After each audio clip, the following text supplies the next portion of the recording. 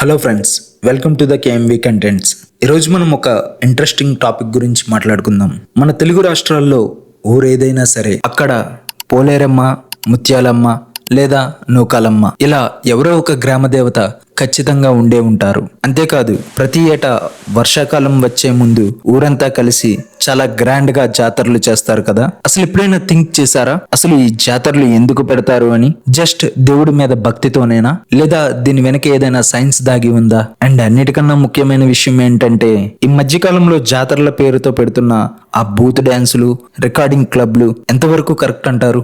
పూర్వం మన పూర్వీకులు జాతరలని ఇలాగే చేసేవారా? ఈ రోజు ఈ విషయాలన్నిటిని మనం ప్రాక్టికల్ గా ఒక్కొక్కటిగా మాట్లాడుకుందాం. వీడియోని ఎక్కడ స్కిప్ చేయకుండా లాస్ట్ వరకు చూడండి, ఎందుకంటే చాలా విషయాలు ఈ వీడియోలో మీరు తెలుసుకుంటారు. అసలు ఈ పండుగలు ఎందుకు చేస్తారు? దీని వెనుక ఏమైనా సైన్స్ ఉందా?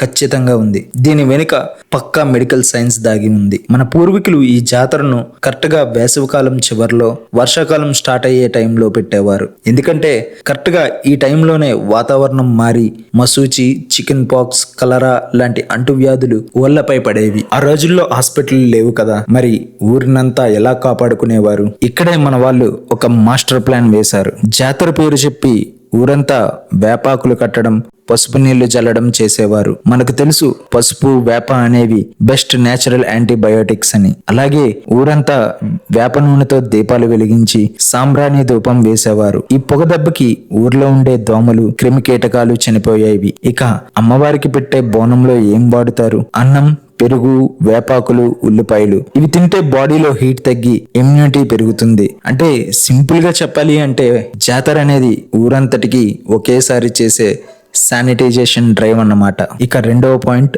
దీనివల్ల సొసైటీకి ఏంటి లాభం? పాత రోజుల్లో జాతర అంటే కేవలం పూజలు మాత్రమే కాదు, అదొక పక్కా కమ్యూనిటీ గ్యాదరింగ్. ఎక్కడెక్కడో బ్రతుకుదెరువు కోసం వెళ్లిన కూతుర్లు, అల్లుళ్ళు, బంధువులు అందరూ ఇలా ఈ జాతర సాకుతో ఊరికి వచ్చేవారు. అందరూ ఒకే చోట కూర్చొని కష్ట సుఖాలు మాట్లాడుకునేవారు. పైగా ఊరిలో ఉండే వాళ్ళంతా కలిసి చందాలు వేసుకొని పండగ చేయడం వల్ల కులమతాలు, గొడవలు పక్కన పెట్టి మనుషుల మధ్య ఐక్యత పెరిగేది.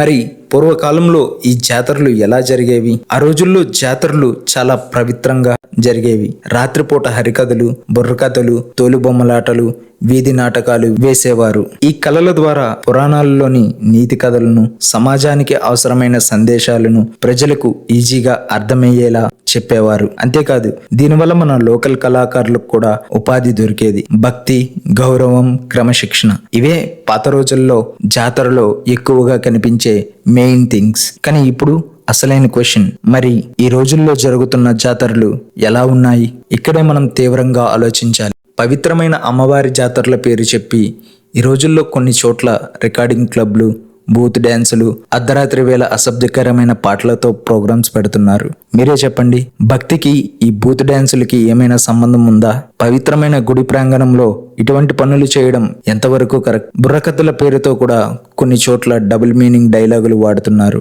మన కల్చర్ ని కాపాడాల్సిన జాతరలు ఈ రోజుల్లో కొందరు కేవలం తాగి ఊగడానికి, న్యూసెన్స్ చేయడానికి వాడుకుంటున్నారు. ఇది అమ్మవారిని పూజించడం కాదు, మన సాంప్రదాయాన్ని మనమే అవమానించుకోవడం. సో ఫ్రెండ్స్, ఫైనల్ గా చూస్తే పాత రోజుల్లో జాతర అంటే ఒక రకమైన రెస్పాన్సిబిలిటీ, ఒక సైన్స్, ఊరి హెల్త్ కోసం చేసే ఒక పవిత్రమైన కార్యం. కానీ ఈ రోజుల్లో జాతర అంటే కేవలం డీజే సౌండ్లు, గొడవలు, అసభ్యకరమైన వినోదంగా మార్చేస్తున్నాయి. టెక్నాలజీ పెరిగింది కానీ మన థింకింగ్ మాత్రం చాలా డౌన్ అయిపోతుంది. గ్రామ దేవతల పండుగల్లో ఆ సైన్స్ ని, మన సాంప్రదాయాన్ని, కళలను బ్రతికించుకోవాలి కానీ ఇలాంటి బూత్ డ్యాన్సులను అసలు ఎంకరేజ్ చేయకూడదు.